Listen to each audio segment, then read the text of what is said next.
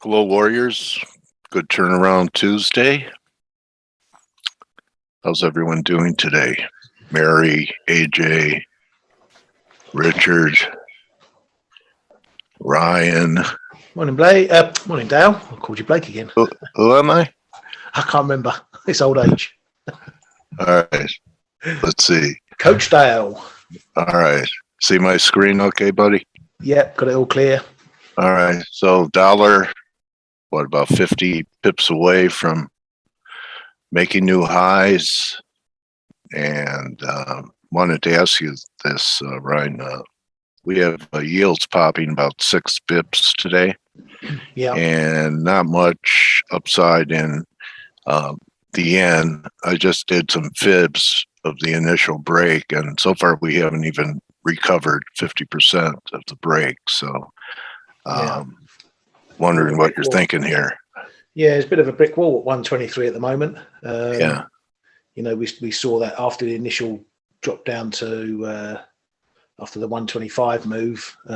That's where it started to find resistance. You can see in that. Yeah. Touch that fib level at 123.19. Obviously, it wasn't a fib level then, but right. Then we had to move down to 121, and 123 is the number right now.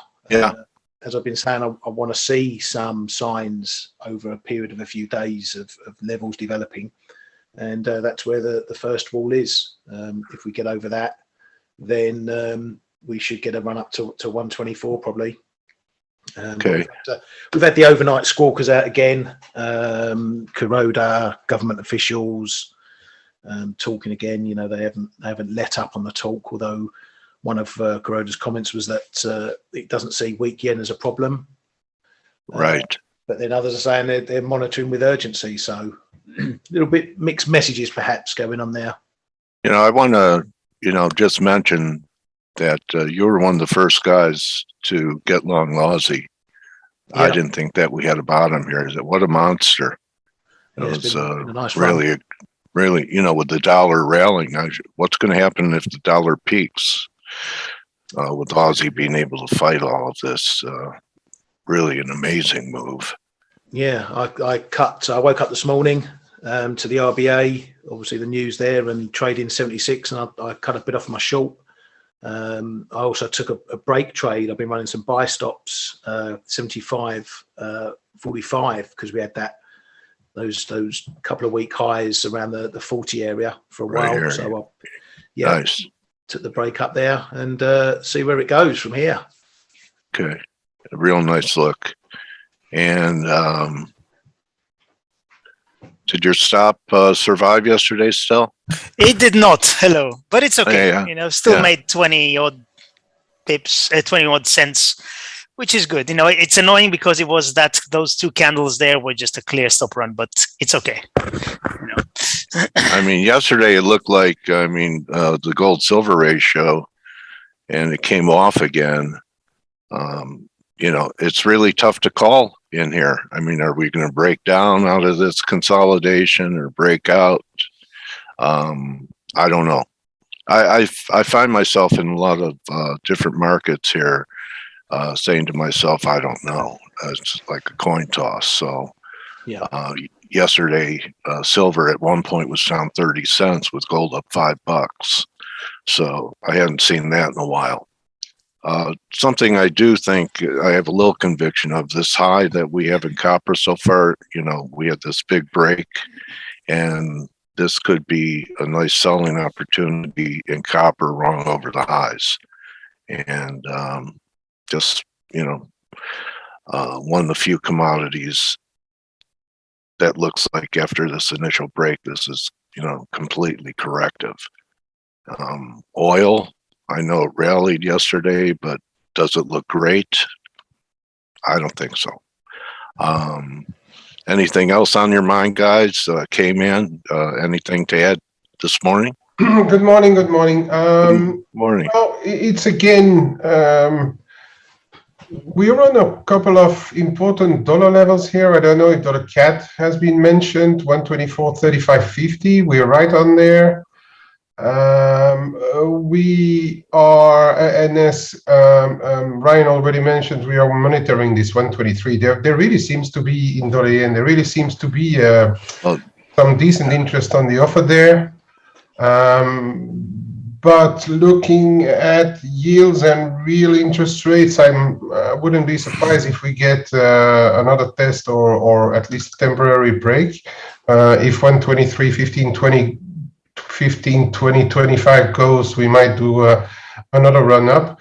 And what is really, again, typical in my opinion, is that we are trading, we are on dollar pair resistances, like the 70, the figure on the Kiwi, for instance, which is the 50% on of the 2021-2022 decline. So that's important around here. We are on dollar levels, but I can't keep away from thinking that we are actually selling euro, selling yen versus the rest.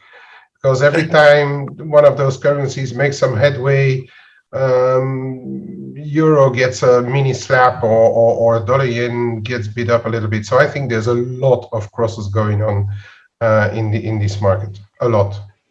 Okay. Yes, Martin, euro well below 110. That was a reason for me not to think the low was in anymore. Hey, on the euro dollar, you mean? Yeah. Back under 110. Yeah, this morning we had like a kind of the premises or like a try out of a bounce, but then we just had 25 points. We couldn't even go and have a look at 110 figure 15 to see what's going on there. Always weak side, isn't it? Me also comforts me in the idea there's still a lot of crosses going on.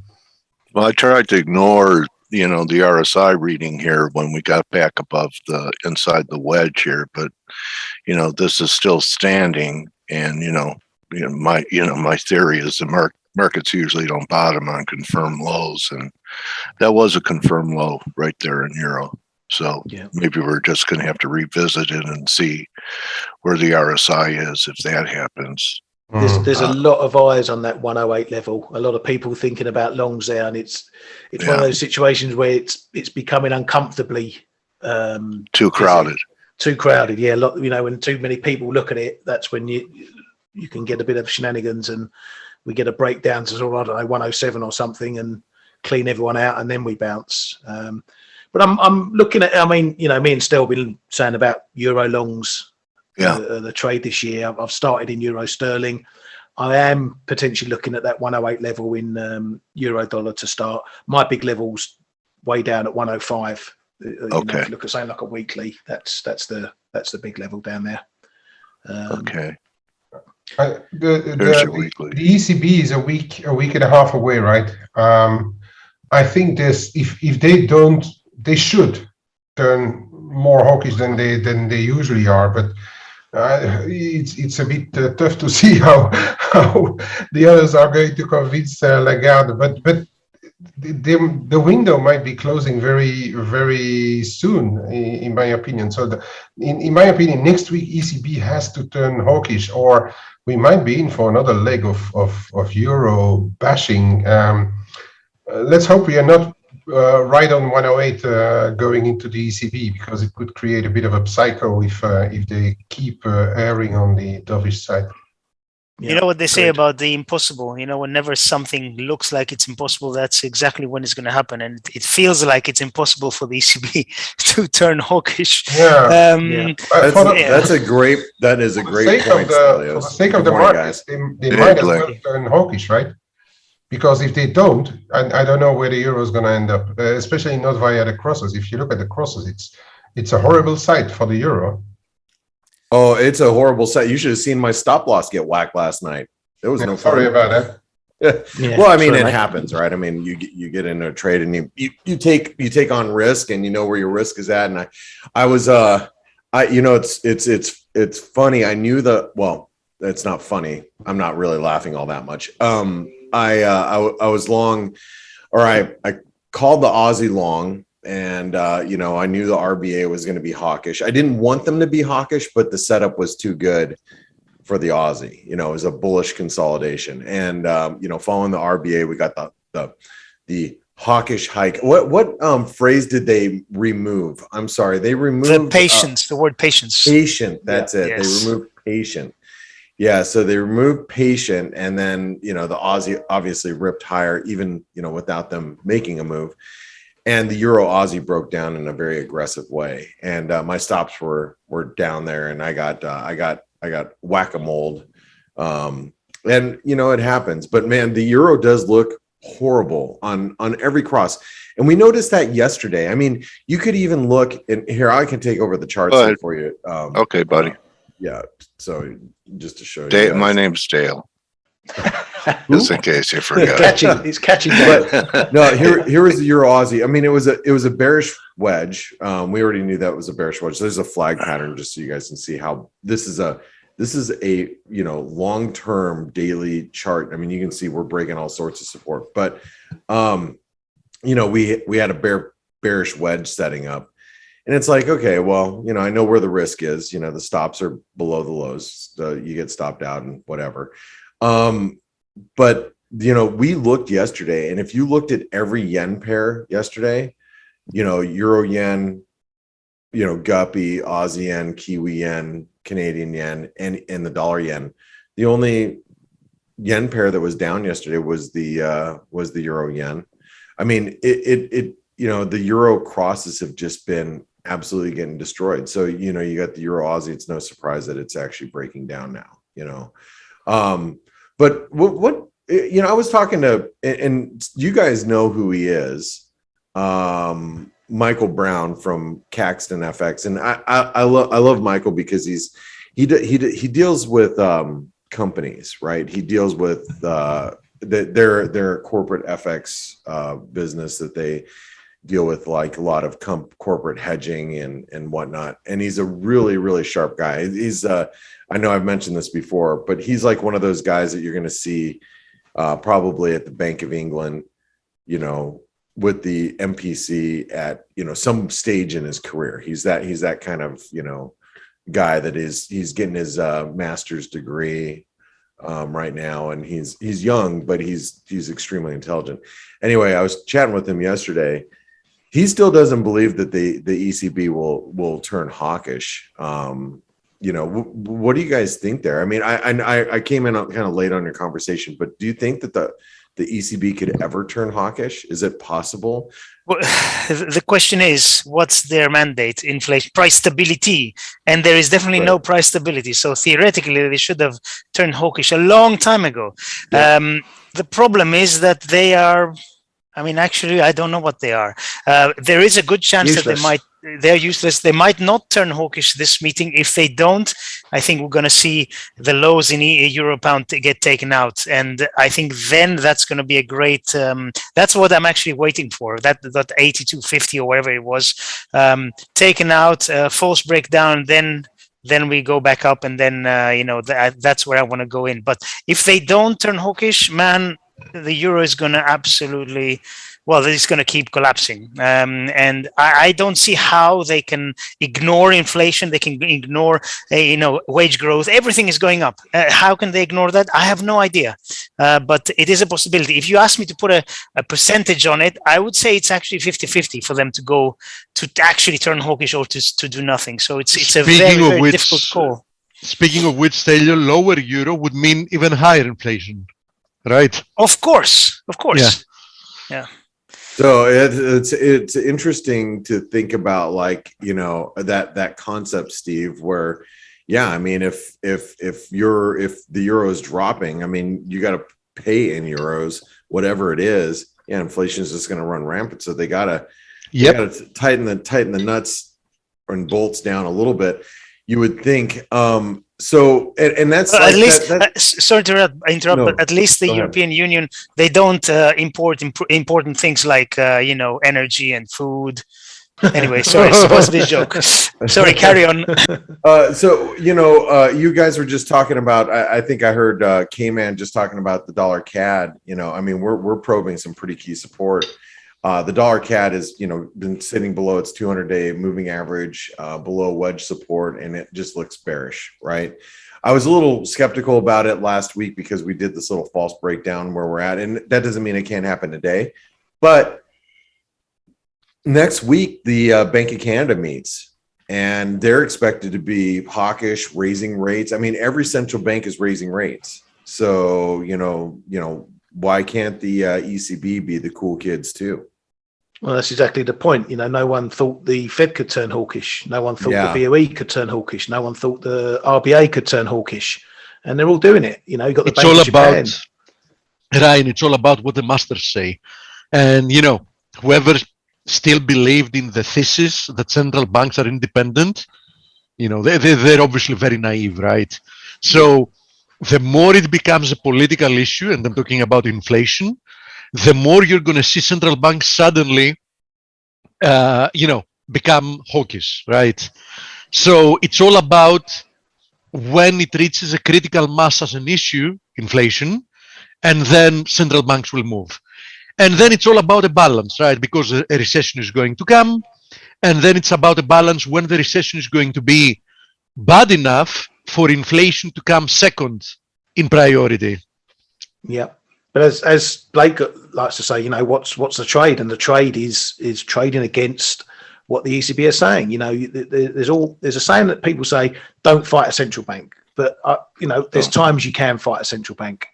Do you buy the euro right now then? I mean, if you think the ECB is wrong and that they're going to be forced to turn hawkish, whether it's next week, next month, whenever, then you have to position long for it over and be prepared to build a position, take it longer term, weigh it out over 300, 400, 500 pips if need be, pick your levels.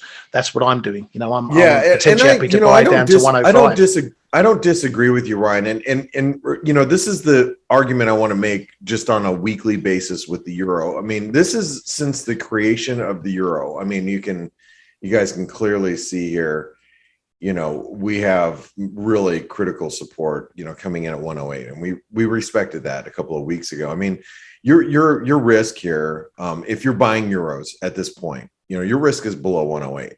As long as we stay above 108, that's your risk. I mean, it's 165 pips from where we currently sit right now. I mean, why not establish a position here if you truly believe that they are going to be forced to join the party?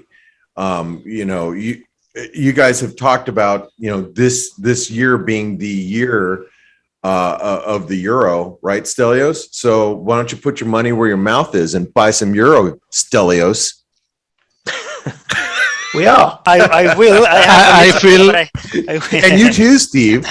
I feel. Put your money where your mouth is, there, Bucko. First of all, I didn't give my opinion because although I agree with everything you guys say, technically speaking, I'm looking at this Euro USD rebound, and what I see is that probably before what you're talking about manifests, I see a very good likelihood that we're going to get another flash lower for a lower low. Yeah. So personally, it would be more on the camp of doing something about it after I see the euro producing new low. So I wouldn't rely on 108. I wouldn't rely on that 108. That's the scary thing. If it breaks 108, I don't know if I want to be long. There's as I was saying to Dale right at the start, there's a lot of eyeballs looking at that 108 level. Too many eyeballs, uncomfortably so. That's why you want to wait for 108 to get broken. Then when it becomes a false breakdown and it comes back up, if it comes back up, then I'm going to be interested in that and euro pound as well. Or widen your horizon and take 108 as just part of an entry and enter down lower against the 106s, 107s. And as I say, down at the big 105, which is a massive level down there. I've got to reiterate, if we break 108, I think it's going to be ugly. I actually think that we'll see parity. I think we break 108 if we walk away from an ECB meeting. When's the next ECB meeting? Next week, isn't it? Is it next week? I know the Bank of Canada is next week. Yeah, it's next week. It's on the 14th. Oh, okay. So if we walk away, we have Bank of Canada and RBNZ. Thank you very much, Kman. Yeah, I mean, I guess if we walk away next week and we're like, there's no freaking way they're ever going to raise rates, I don't know if we're going to recover if we get back below 108 or if we go below 108. That's just my personal opinion. I don't know. But it's going to be an interesting time going into next week. There's two possible reasons that the euro can rebound. It's ECB finally admitting that they are wrong and they go on a more hawkish tone, or the whole situation calms down and commodities, energy, and everything is starting to come off. But Yeah. that's been already a long wait, and I'm not even sure for how much longer we will have to wait for that. And the longer the ECB leave it, the more volatile a bounce is going to be when they do turn, because they could be forced to then rush into it like the Fed are. Yeah, like, that's people were thinking about the a great BOE point. and look at the cable. It's not really much higher either, right? If central banks raise only for inflation because inflation is rallying, I'm not sure that the euro can survive that for a long time either. They need some support from something else to make a viable rebound. That's my view. Okay, let's shift gears just a little bit. And I think, first of all, Kman, you make some really great points there, but how about a third reason? And I know no one ever Like other changes, cent and back. No, let's no one's looking at equities because equities are just bullish, and there's no reason for equities to go down, right? Now, if you guys know me, you guys know that I'm already short the S&P, and I was selling into this move, heading right into this resistance. If you watch the week ahead video, you already know that. Let's just say, I'm right here, just argument's sake. And let's say we make our way back down to the 200-day moving average. Hey, maybe we get a little bit of risk aversion. What's the biggest funding currency out there right now? The euro, right? So couldn't the euro catch a risk off bid? Is that possible? I think so, Blake. It's possible. You think so? I mean, what do you guys think? I mean, anybody else have any thoughts there? Why are you going to First of all, I think that in the middle of a war? I think that the best funding currency remains the yen, and then it's the euro. Yeah, that's true. I agree with that. But it's one of those. I'm just giving an example. Like, is that even possible? So did we get to 46 yet? What's that?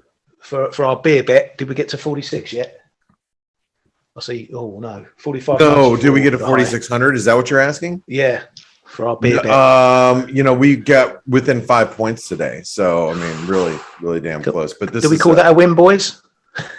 What's that? Yeah, of course we do. Of course we do. No, I mean that is the S&P just knocking its head right up against resistance, right up against the 4,600 level. It's just big resistance there. Ryan, having to do with your question, if we can call this a win, I think Dale has given the best answer to that. Good enough for government work. Isn't that what you say, Dale? All right. So, well, what else you guys seeing here?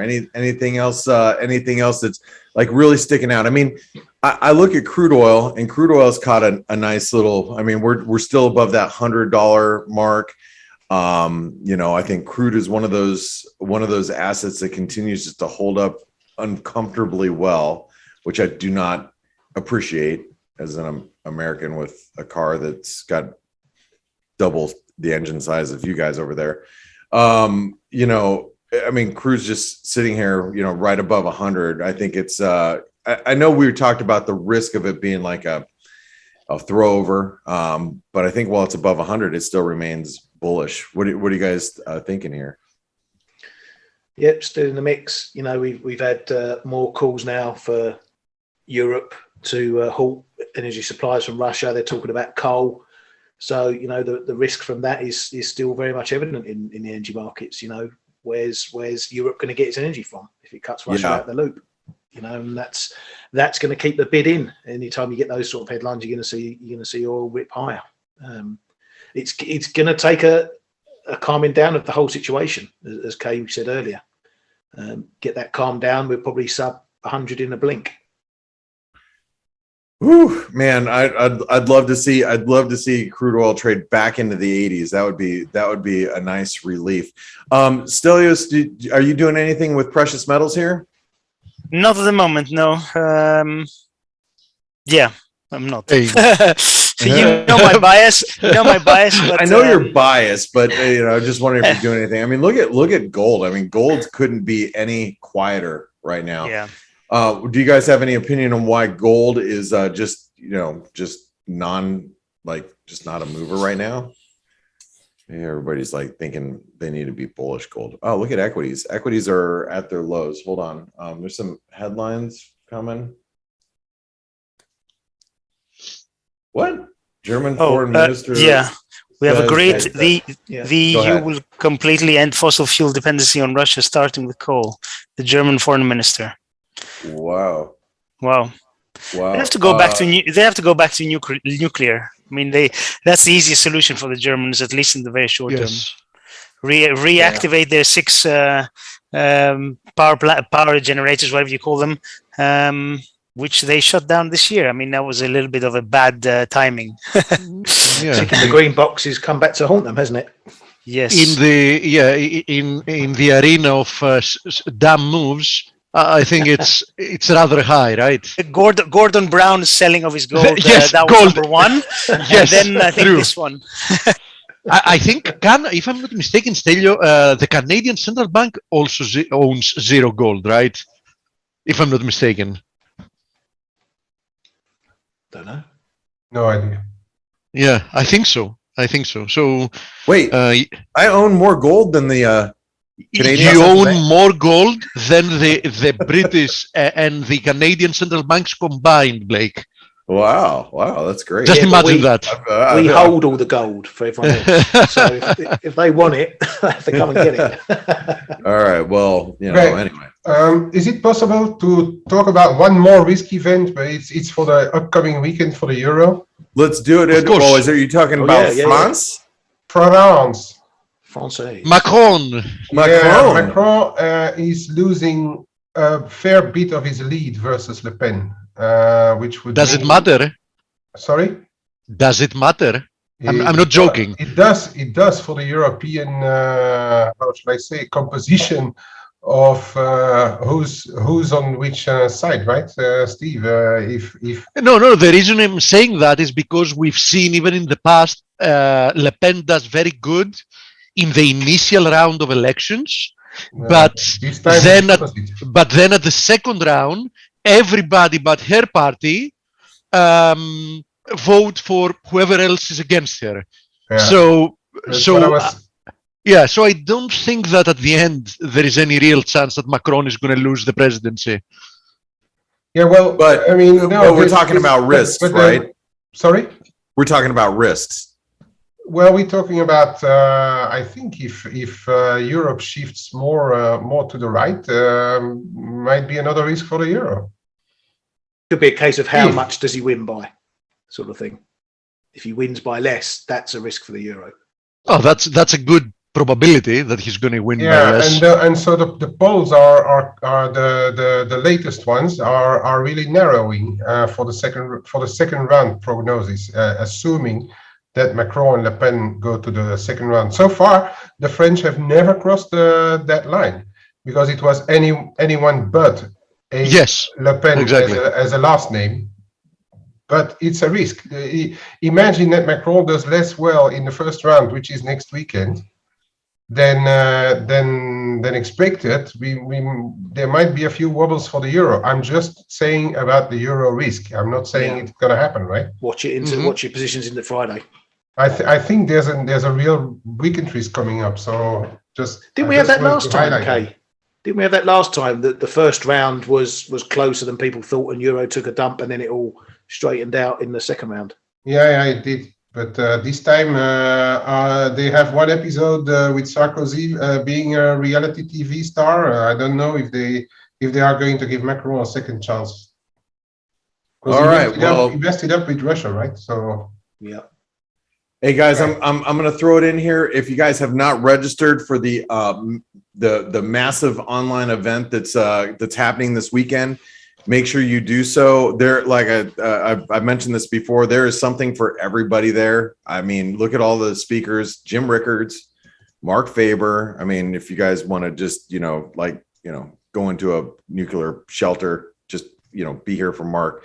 Danielle DiMartino Booth, Peter Schiff. If you're like Stelios and all you want to do is buy precious metals, we got Mark Minervini, Katie Stockton for you technical folks, Jack Schwager if you want some coaching, Michael Guyad, Anthony Crudelli, another good trader coach, Gareth Soloway, which is a good all-around guy, Tavi Costa. And Tavi Costa is I'm excited to hear him speak. And we got Tracy Schuchart, obviously for a lot of commodities, Peter Bookvar, David Hunter, Mark Yusko for you crypto folks, Chris Pulliver and Daniel Sinig. We've got a really big lineup for you guys to come in and listen to, and it's all free. Register if you want to be there live for the event. Register now because those seats are limited.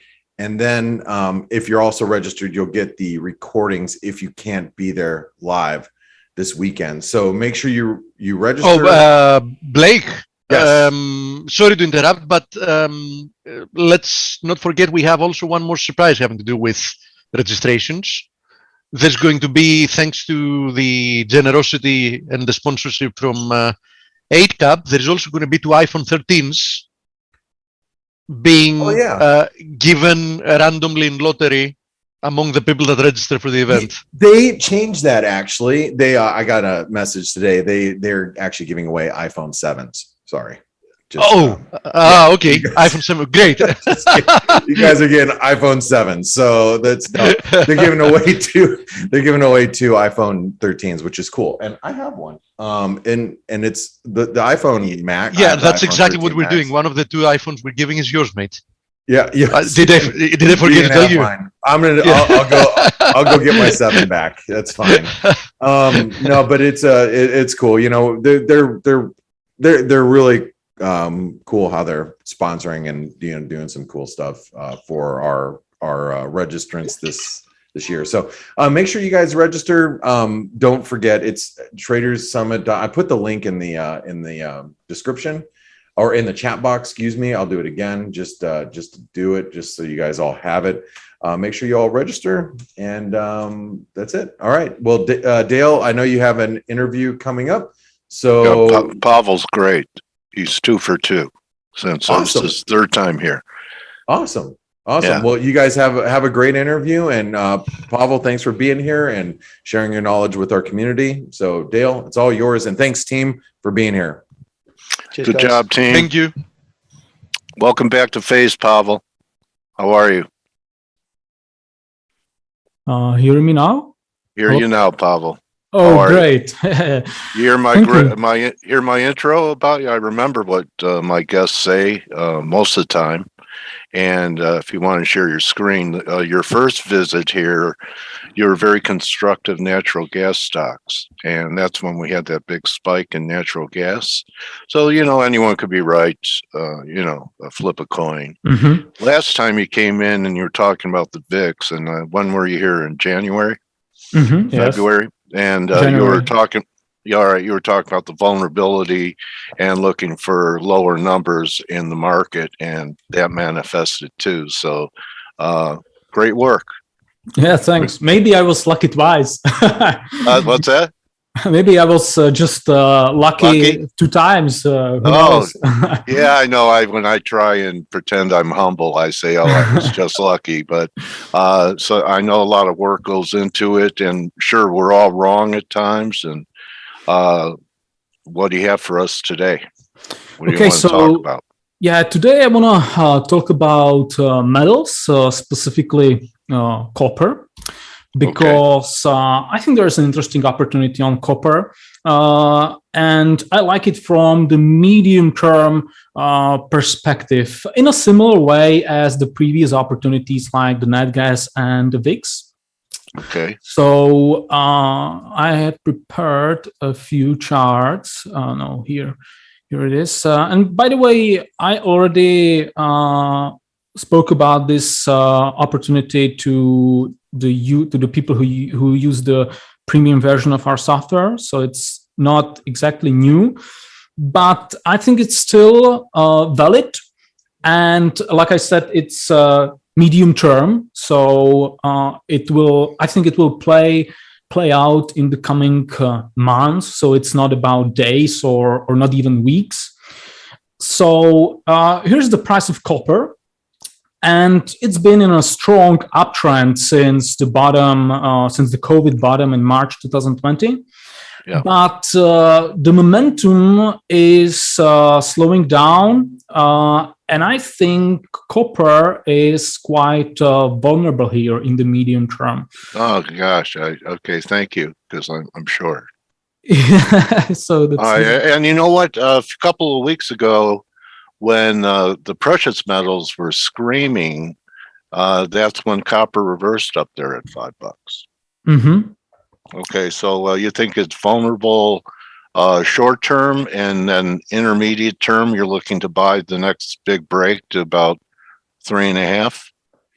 I don't know how low the price would get, but I think, I mean, it depends on the macro environment. But right now, what I see is that the liquidity is tightening due to the the inflation and the subsequent monetary tightening, or the tightening in the monetary policy by the central banks around the world.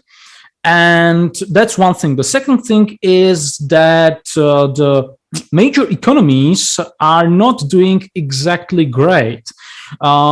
Especially the manufacturing is slowing down, which is the prime consumer of copper.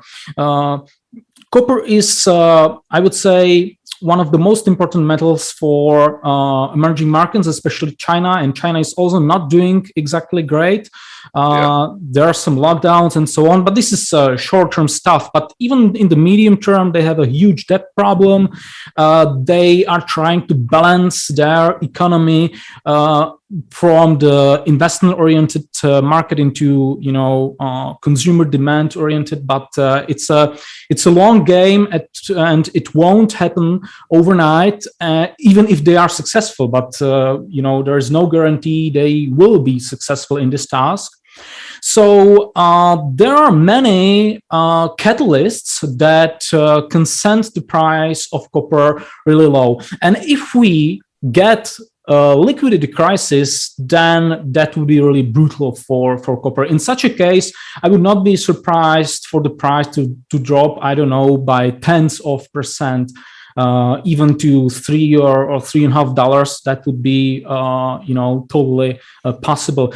You can take a look at the previous recession. I mean, true recession, true bear market in 2008, and you can see how the copper dropped from $4 to $1.50. So that's these are my opinions, and it's not wise to trade opinions. I prefer to trade the data. So let's take a look at the data. I mentioned the price action, which looks, the price is still an uptrend, but the momentum is slowing down. The market is overbought, which is evident when I show you the commitments of traders' data here. And you don't find many copper bears anywhere.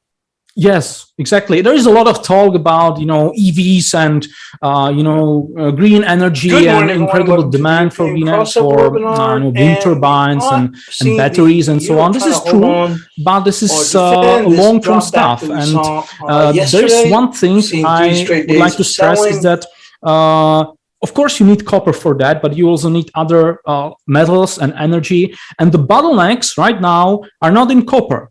They are elsewhere, especially energy, because copper is even with regard to the situation in Russia, because Russia is a major producer of nickel and some catalytic metals and energy. But not copper. Chile is the most important producer in the world. So there are bottlenecks elsewhere. So in the long term, yes, copper will be very important, even critical metal. But in the medium term, I think there will be a surprise to the downside. So like I said, the market is pretty overbought, which is visible on the commitments of traders' data. I can zoom it out even further. I won't go into details as we don't have time for this right now. But the most important piece of data that's actually convincing me this is about to play out as I expect is the market structure. Because as I said, the price itself has been really strong, even right now. But when you take a look at the spreads at the contango in copper, it's actually pretty weak. Here I have the bull spreads for copper across the term structure curve. On the top is the nearest bull spread between May and July 2022. Then we have July, September, September, December, and December 22 and March 2023. And you can clearly notice the divergence between the underlying, which is the purple curve. Purple curve is the price of copper futures, and the spread. Usually, these bull spreads correlate positively with the underlying itself. These spreads are more sensitive to the situation on the actual physical market. So I think this implies there is no stress in the physical copper market. On the contrary, it shows that the market is well supplied, and the recent uptrend since, March, the beginning of March, is not really supported by the fundamentals. So you can see the divergence, not just on the near end of the curve, but also on the back end of the curve, which is even more important. So there's no backwardation in copper, like there is in energy. There is a backwardation on the back end of the curve, but the near end, I can show you the copper term structure, so we can see how it looks like. Here we are. So there is a slight backwardation. Oh, I see. On the near end of the not backwardation. There is a slight contango on the near end of the curve, but the backwardation on the rest. But the point is, the backwardation is becoming less severe, and as you saw, here it is. The front end actually flipped back from the backwardation back into contango. I think it will be visible when I show you how the curve. Yes, here it is. You can see how the curve looked like a month ago, which is the gray curve. You can see that even the near end was in backwardation, but this is no longer the case. So the market is becoming more loose structurally. And even the back end is moving away from the extreme backwardation towards less severe backwardation. So this is one of the most important pieces of data that I think speaks for the bearish thesis. I also have seasonality over here. It is not as important due to the wild situation in the markets because in such times the seasonality tends to be less reliable. But nevertheless, you can see that there is some sideways action till the end of April, and then there is a seasonal downtrend. But once again, I don't think this is July. Yeah, I don't think this is as important right now. How are you recommending your subscribers play it? Through futures, through copper stocks? How are you positioning yourself for your forecast? Basically, we try not to recommend anything to our users because every trader has its own risk management, risk tolerance, so we avoid doing this. But personally, there are many ways how to make use of this opportunity. First of all, the most simple is to short futures. Right. I would pick some more distant expirations personally. Another way is to use options, but it is more complicated. So I would recommend this only to advanced traders. A smart thing to do would be to utilize the spreads, I mean the bear spreads. For example, we have a signal in our app.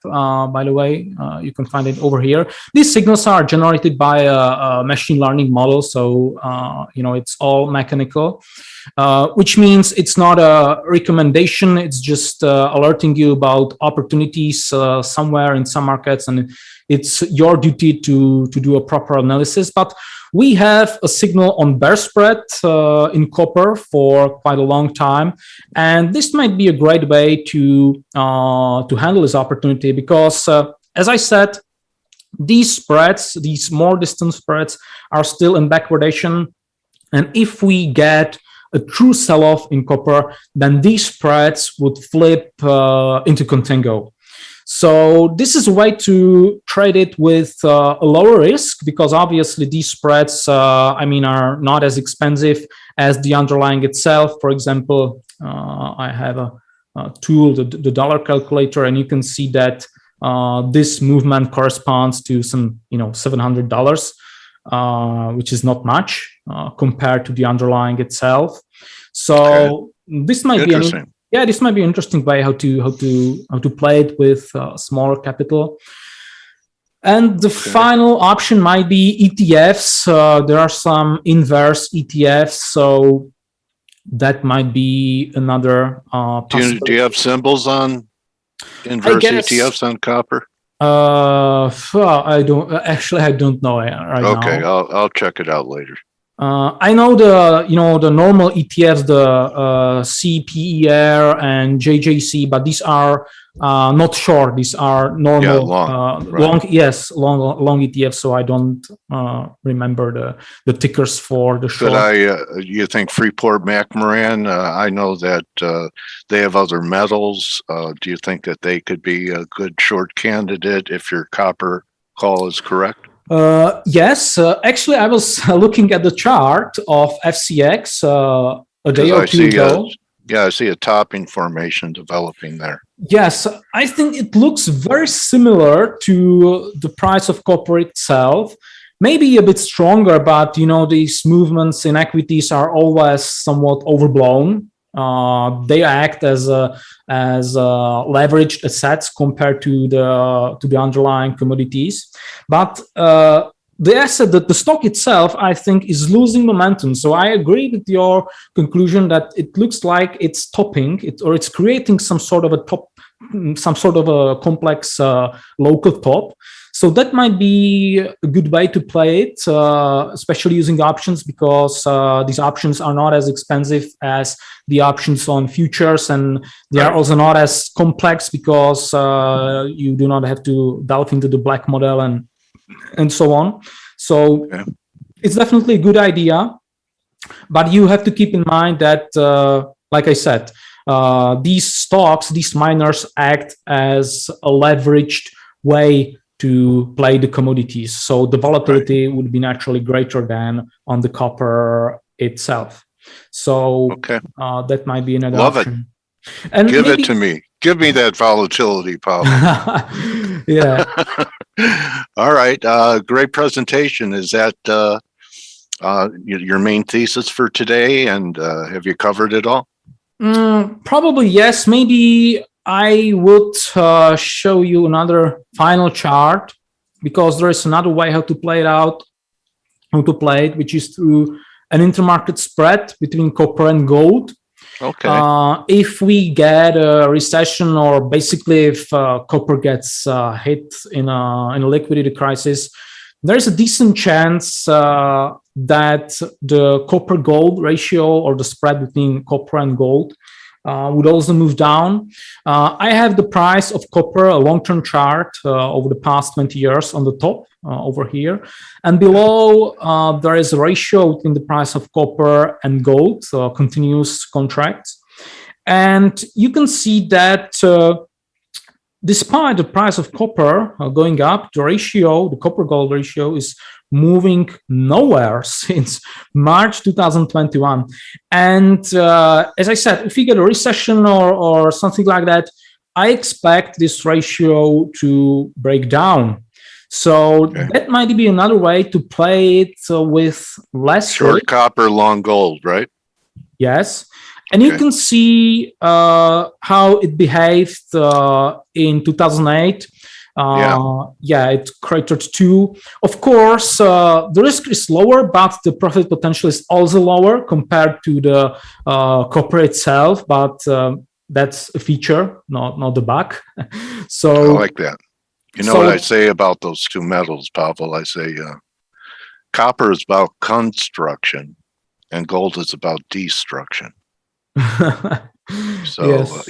in a recession, copper would be pushed aside a lot faster than gold. Yes. So I mean, interesting. if we get a true liquidity crisis, gold would get hit too. There's no doubt about it. But it would be hit much less than the copper itself, due to the reason you just said.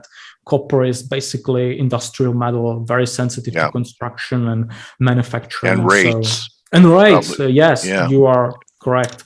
So, all right, well, what a great presentation. I have a feeling you're going to be 3 for 3, lucky 3 times in a row in your interviews, and wondering if you could send me your good luck charm. And we shall see.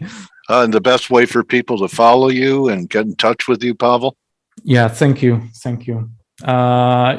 Everyone can, check out our software, the Spreadcharts app. You can go to our website, spreadcharts.com, where you can sign up for our software. We also have a free version, and it's not just some kind of demo. It has plenty of features, so you can just sign up and check it out yourself. All these conclusions I'm making, as you saw, I use our software, so I think it provides a pretty decent edge in the market. So that's it. I think you have a discretionary view that you use your work to confirm what you're thinking.